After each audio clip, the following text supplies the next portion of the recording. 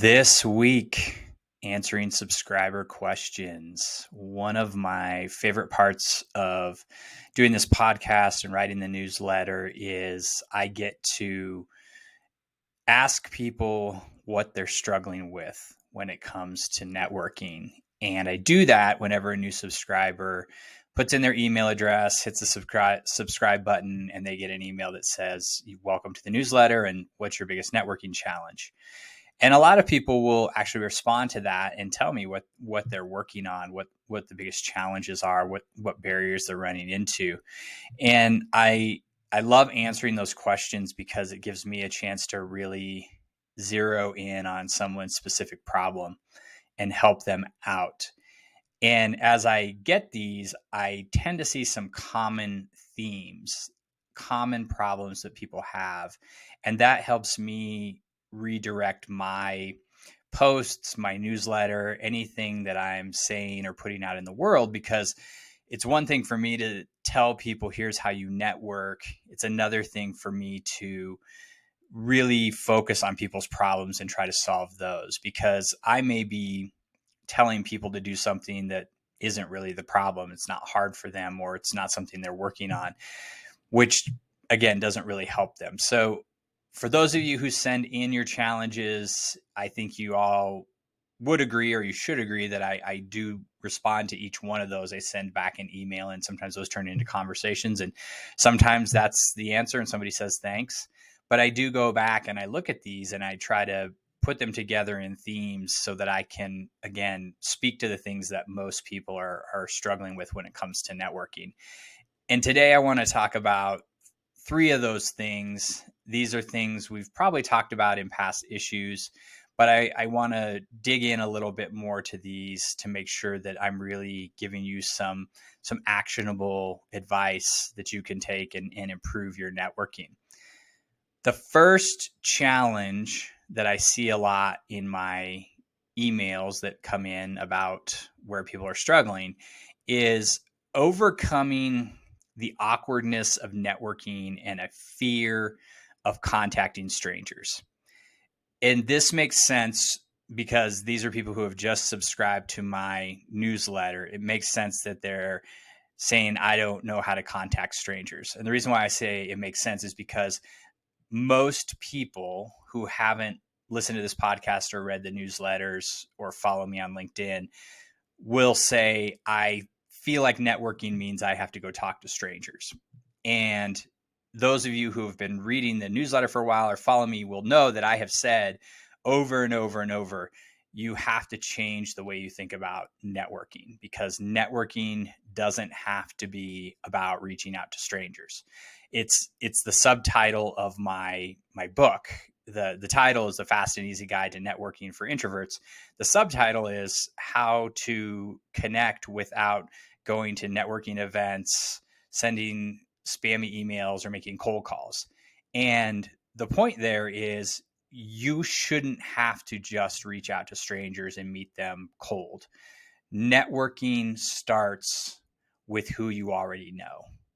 That is a different mindset and a shift for people who have not ever experienced sort of my newsletter or anything like that before, because everything they've heard is you go to a networking event, you have an elevator pitch, you make some small talk with people, and that's how you meet people. And these are strangers, and that's really, really awkward for most people. And as I said, these are the challenges people send into me. So I'm glad that they're asking, because it allows me to tell them, don't go talk to strangers as far as networking goes.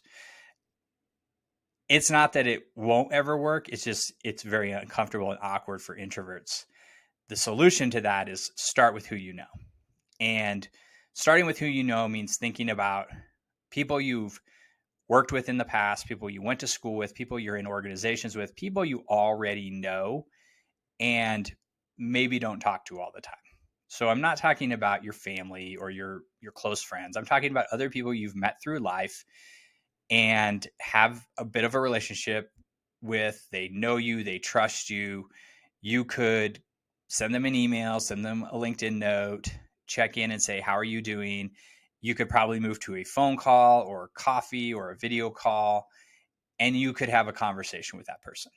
That's how you start networking, and that's how you overcome that feeling of awkwardness, because you're not contacting strangers now. You're talking to people you know who are most likely going to respond to your email or your message. They're going to respond to your ask for a conversation because they know you and they trust you.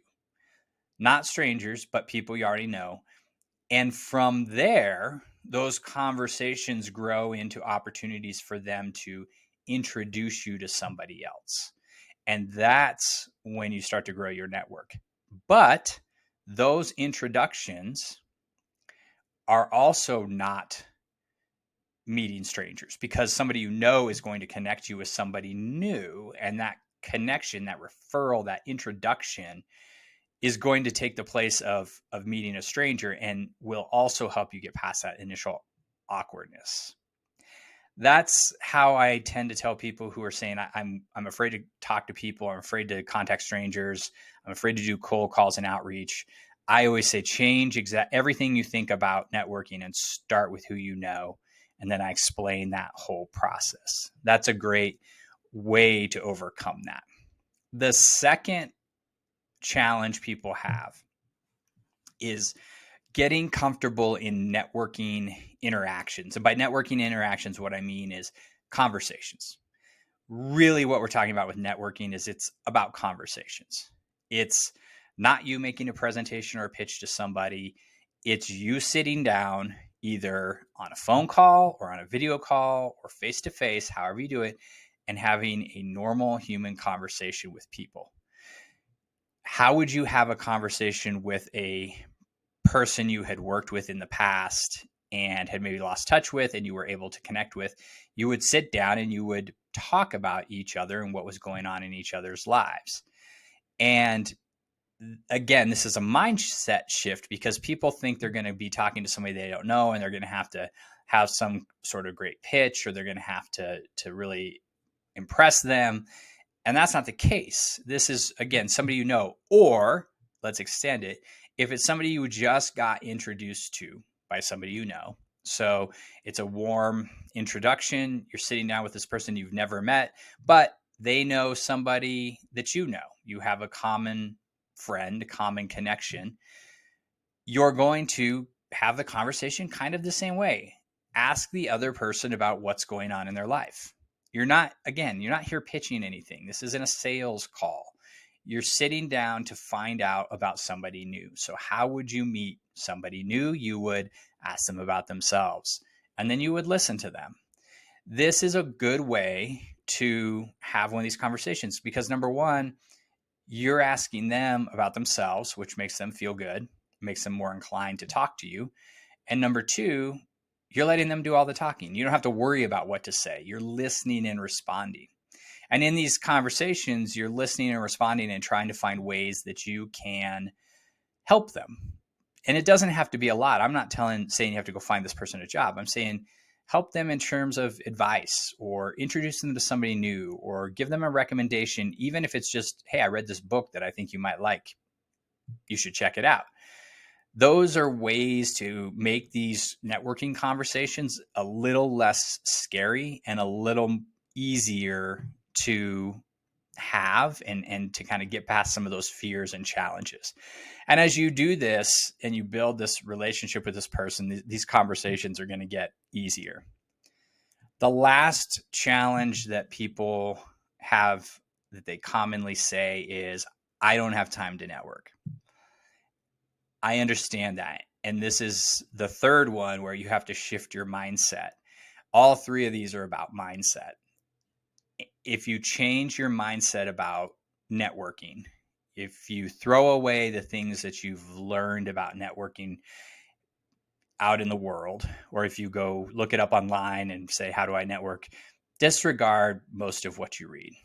And I say that because most of what you're going to see is about finding an event or a conference or some other industry association, going to a place at a certain designated time for a certain amount of time, and meeting people you've never met before and making small talk. Those are all things that most of us who are listening to this or reading this absolutely detest. I know I do. Sometimes I make myself go to try it out and see if there's other ways to do it. I've had some success with that, but I do find that it's really, really exhausting for me and I don't get a lot out of it. And it takes a lot of time.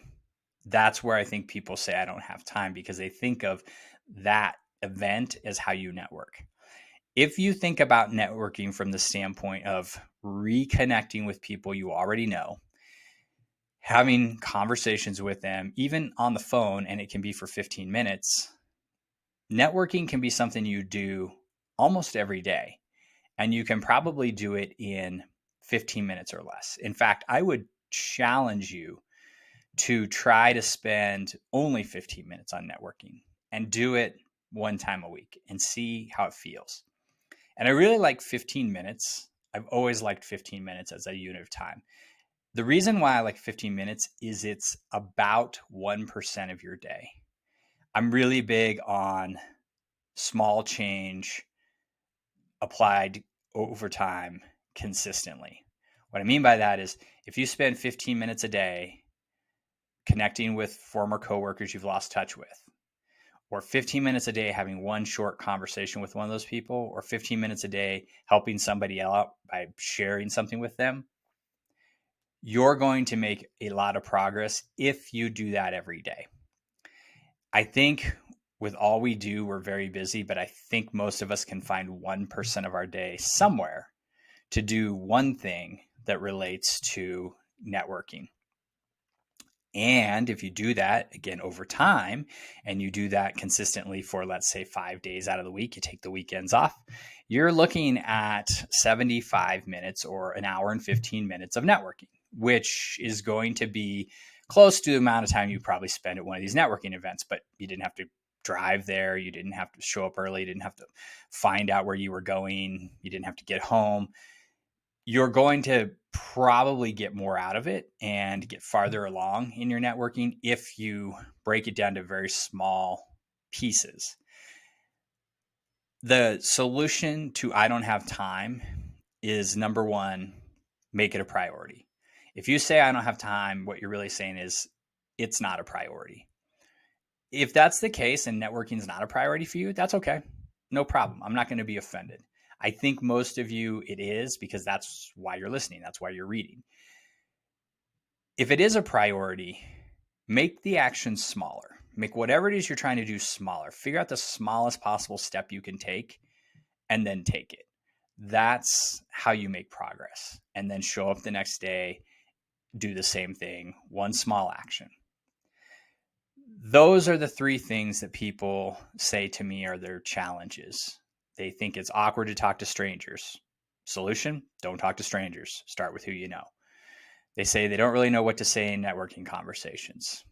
Solution, if you're talking to people you know, have a normal human conversation and talk to the other person about themselves. They'll probably talk more than you will, and that will make the conversation go very smooth for you.